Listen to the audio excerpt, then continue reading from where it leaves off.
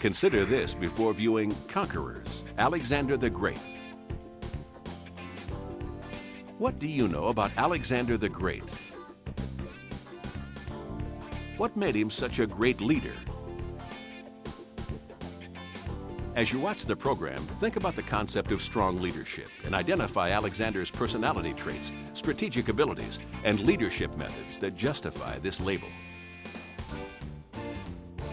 Assignment Discovery now presents Conquerors, Alexander the Great.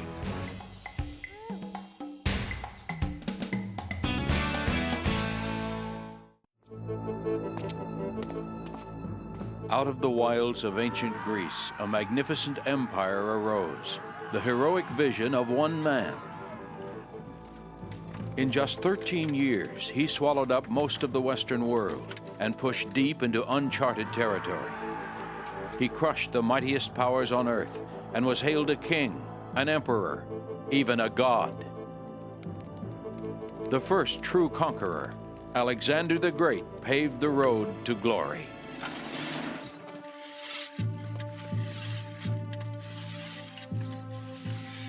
On a brisk autumn morning in 331 BC, a small but valiant band of warriors prepares for battle. Their enemy, an army 5 times their size and the most powerful force on earth, the Persian Empire. Their leader, Alexander, the fair-haired king of Macedonia, is barely 26 years old. For the last 4 years, he has led his troops from Greece to Egypt and conquered half the known world.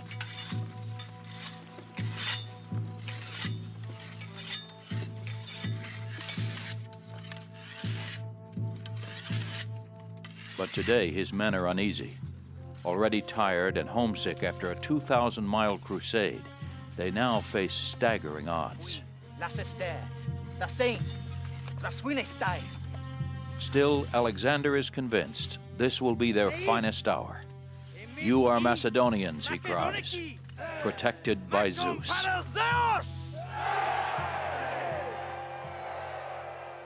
Alexander was born to conquer. The son of a warrior king, he is heir to a powerful throne.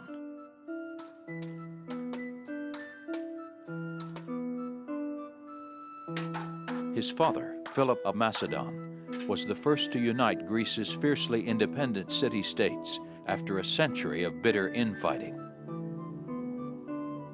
Alexander has to be tough enough to not only defend this new kingdom, but to avenge his country's honor. At his rugged outpost in Macedonia, Philip harbors a dream cherished by all Greeks.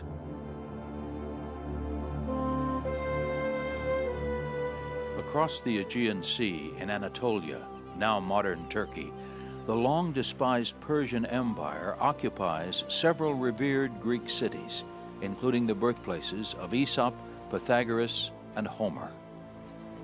Philip is determined to punish the Persians for their invasion of Greece 150 years earlier by driving them out. With such ambitions, a father must forge in his son a spirit as strong as iron.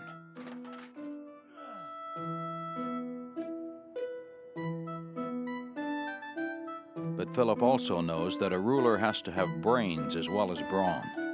He brings none other than the celebrated philosopher Aristotle from Athens to teach Alexander how to observe, reason, and think ahead.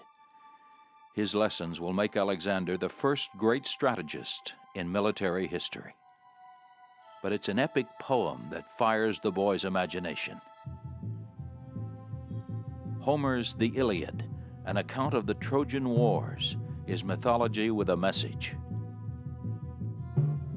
In it, the Greek hero Achilles wins a bloody victory over Hector at the city of Troy. But Achilles is no brute. After the battle, he shows compassion by returning the body of his dead foe to his father, King Priam. Might tempered by mercy is an idea not lost on the young Alexander. For the rest of his life, he will carry a copy of the Iliad wherever he goes. And Achilles, brave, fearless, the paragon of virtue, will become his role model and hero.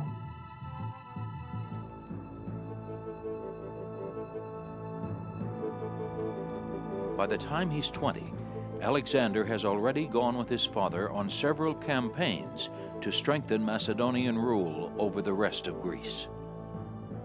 Along the way, he's learned to command the movements and the respect of the men. With a promising young general at his side and a united kingdom behind him, Philip is now ready to attack Persia, an empire 40 times larger than his own. While an advance guard sets sail for Anatolia, Philip stays behind to attend the wedding of his daughter, a union that will ensure peace with a neighboring kingdom.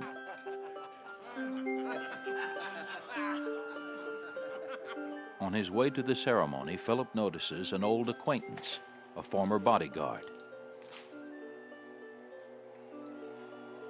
The king is greeted with a dagger to the ribs.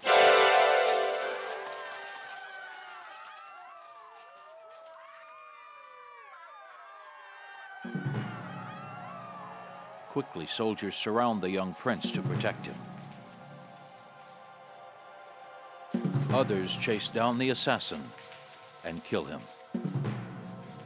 Only 21 years old when he ascends the throne in 336 BC, many question if Alexander has the stuff of warriors.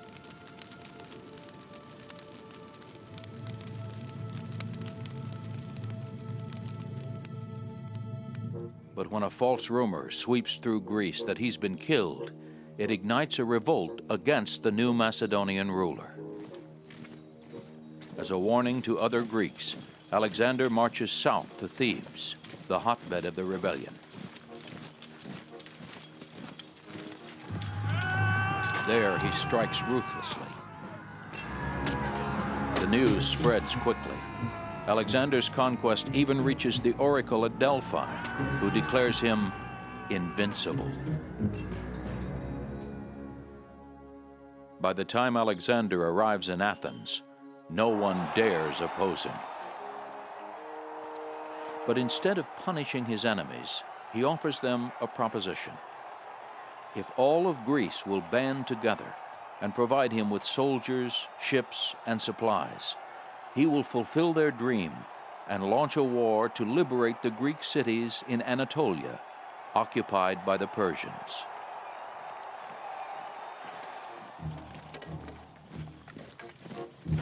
In 334 BC, with an army of 45,000 and his boyhood friend Hephaestion by his side, Alexander embarks on a historic crusade, the conquest of a continent.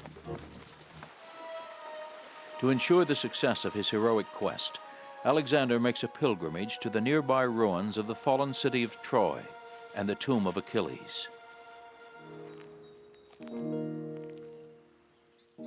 To the Greek hero, he offers up prayers and gifts, but he takes something too: Achilles' shield for good luck in battle.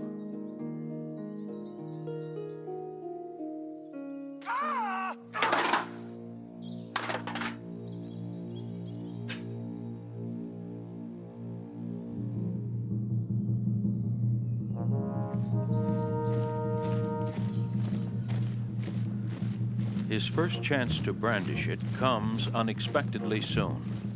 At the river Granicus, he spies the army of a local governor, 40,000 Persian troops. Fighting shoulder to shoulder with his men, Alexander plunges into the thick of the battle.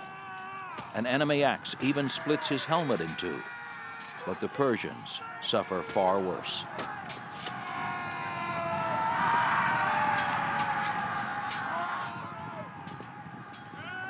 Stunned and disheartened by the surprise attack, they lose a third of their men before fleeing the field. But 2,000 miles away, in Persepolis, the capital of Persia, the emperor Darius is stinging from the defeat. Now it's up to him to stop the audacious young king. Anxious to destroy Alexander, Darius assembles an army of up to 100,000 and invites his court including his wife, children, and his mother, to come along and savor his victory. With an army half the size of the Persians, Alexander continues his push through Anatolia. The two armies converge at Issus, and the battle lines are drawn. The centerpiece of Alexander's fighting machine is a formation called a phalanx. In tightly knit blocks, foot soldiers wield 18-foot lances tipped in bronze, called sarissas. As each rank lowers its line of sarissas, it creates a deadly wall of spikes. With the Macedonian cavalry engaged on both flanks, Alexander sends his phalanxes straight into the center of the Persian lines. Trapped from behind by their own men, row after row of hapless Persians are impaled. Their lines fall in bloody ribbons before the Macedonian onslaught. Seeing the day is lost, Darius commits the unforgivable. He deserts his post and flees.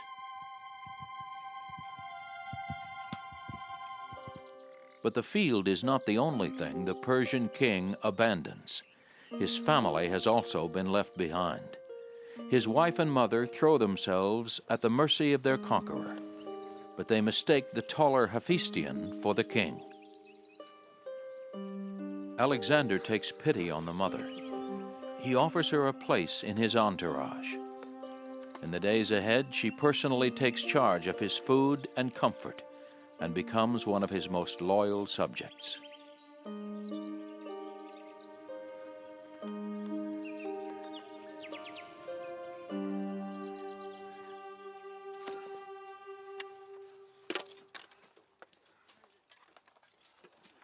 Alexander believes that a leader should be one with his men, sharing both their pain and the spoils of war. If his bravery in battle wins their respect, his compassion and generosity inspires their devotion. At age 23, Alexander, king of Macedonia, has driven the Persians out of the entire Mediterranean. Now he can return home to a life of comfort and ease. Instead, he chooses a soldier's life and pushes ever deeper into the Persian Empire.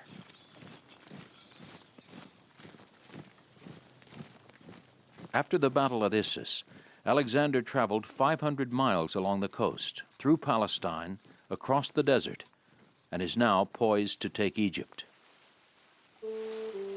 Sailing down the Nile, he gazes upon a civilization that is already 2,000 years old. Linked by years of Persian oppression, Greece and Egypt are at last united under a single sovereign.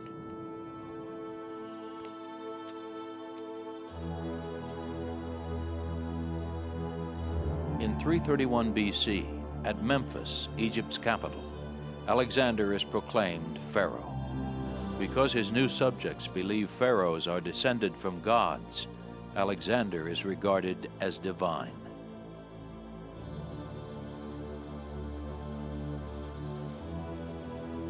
But Alexander has other, more practical ambitions. The Nile is the gateway to Africa. Here, where it flows into the Mediterranean, he will build a great city in the Greek style. He calls it Alexandria. Over the next few years, he will christen a dozen more like it throughout the Middle East. Each of them is a miniature Greece transplanted to alien soil. But this Alexandria will be his best and most enduring. Back in Persia, his palace empty of family and friends, the fugitive King Darius hopes for a political solution. He offers to ransom his family with a peace treaty, gold, the hand of his daughter in marriage, and all the lands west of the Euphrates River.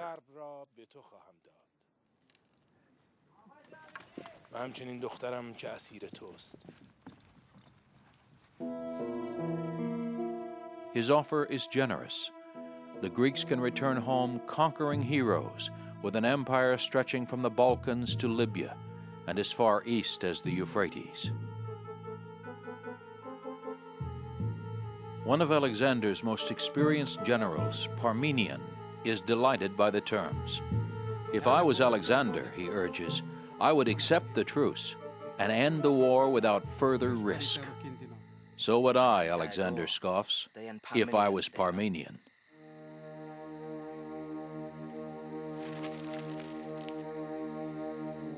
Many of his men begin to wonder if their leader has finally gone too far.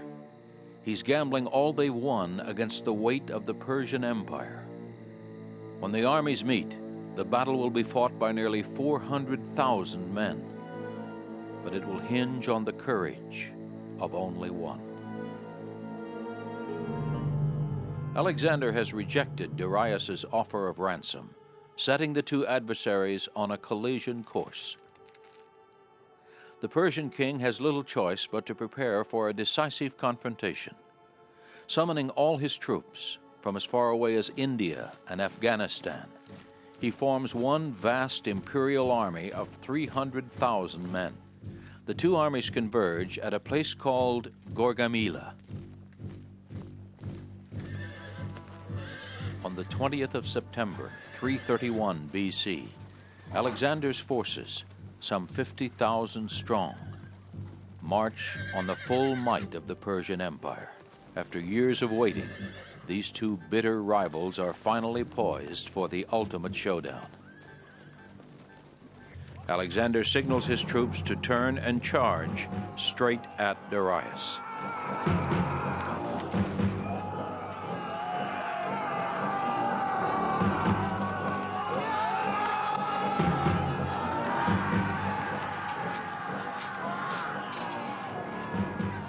Realizing that he is in grave danger, Darius once again loses his nerve.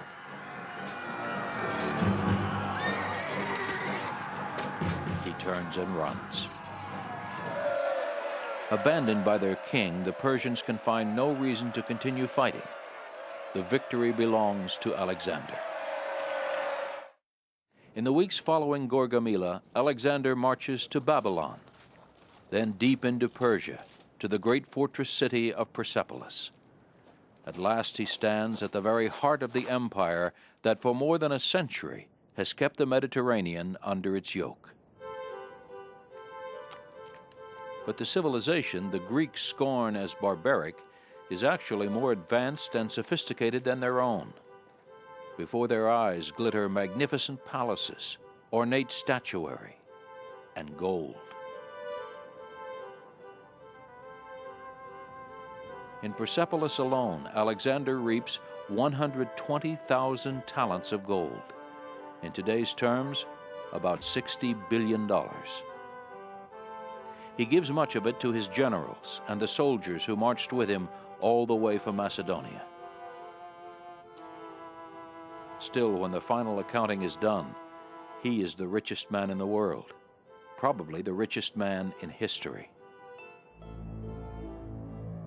After 4 long years of campaigning, his troops are eager to go home. Fabulously wealthy, they will be celebrated heroes in Greece. But Alexander has unfinished business. Besides, his Persian empire stretches as far to the east as it does to the west. He wants to lay claim to the rest of what is rightfully his. On the eve of the expedition, Alexander lets loose his final revenge on the Persians who sacked and torched Athens a century and a half ago. His men set the palaces and great halls of Persepolis ablaze, reducing to ruins one of the architectural wonders of the ancient world. Alexander's conquest goes far beyond subjugation. He intends to colonize the East. Using the vast resources of his treasury, he builds 10 cities throughout Persia, Afghanistan, Turkestan, and India. In each, he leaves contingents of his entourage, planting seeds of Greek civilization thousands of miles from the Aegean Sea. His troops, now some 100,000 strong, meet little resistance. With no maps to guide them, the Macedonians are blind to the vastness that lies before them. Beyond the jungle awaits the unknown.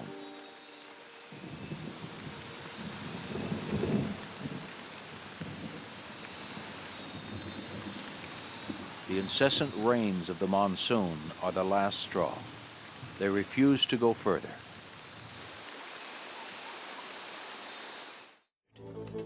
In 324 BC, 3 years after the expedition set off, he delivers the ragged remnants of his army back to Persia. After months spent consolidating the empire and reorganizing his army, Alexander sets in motion the plans for a new invasion.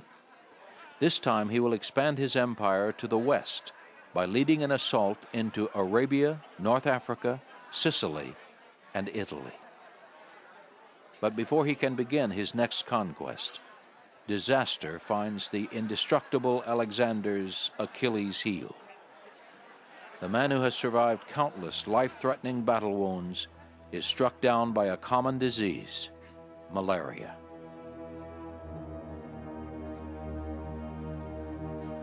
For days, between bouts of pain and a soaring temperature, Alexander meets with his generals to discuss plans for the invasion of Arabia. But as the end draws near, his men break down and weep. As Alexander's officers file past, each asks, "Who do you give the empire to?"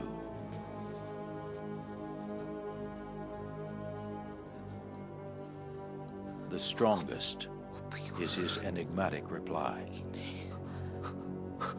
But who among them could approach such genius and daring, or inspire such loyalty?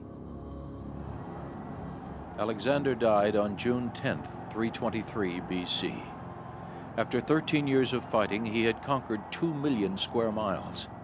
But without his force of will and charisma to hold the empire together, it eventually began to crumble, torn apart by the squabbling of rival generals and petty kings. On the road to world conquest, Caesar and Napoleon would pay homage to the brilliant young general who set the standard for all future conquerors. From the Aegean to Afghanistan, he had marched 22,000 miles and never lost a battle. He planted the seeds of a culture full of vitality and new ideas, and left in his wake the roots of a new civilization. Builder of cities, warrior, emperor, hero, God. 2,300 years later, his name still carries thunder. Alexander the Great.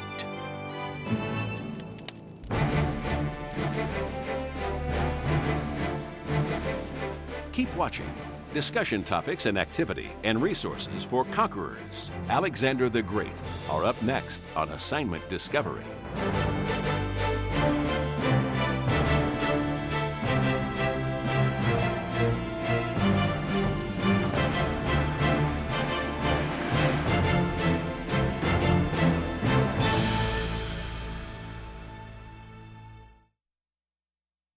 Now that you've seen Conquerors, Alexander the Great, talk about this. Alexander spread his empire through 3 continents, and he imposed Greek culture and law throughout these conquered lands. Discuss the ethics of starting wars for the purpose of territorial expansion. What would happen if a present-day leader carried out this kind of campaign? Now try this. Imagine that Alexander had to face the media today. Choose one event from the documentary and compile a list of questions that you, as a modern reporter, would ask him. Then discuss how he might respond. For videos, CD-ROMs, lesson plans, and teacher resources on this topic and more, log on to discoveryschool.com. To learn more, Assignment Discovery suggests In the Footsteps of Alexander the Great by Michael Wood. The preceding program is part of Cable in the Classroom, a free service of the cable communications industry and your local cable company.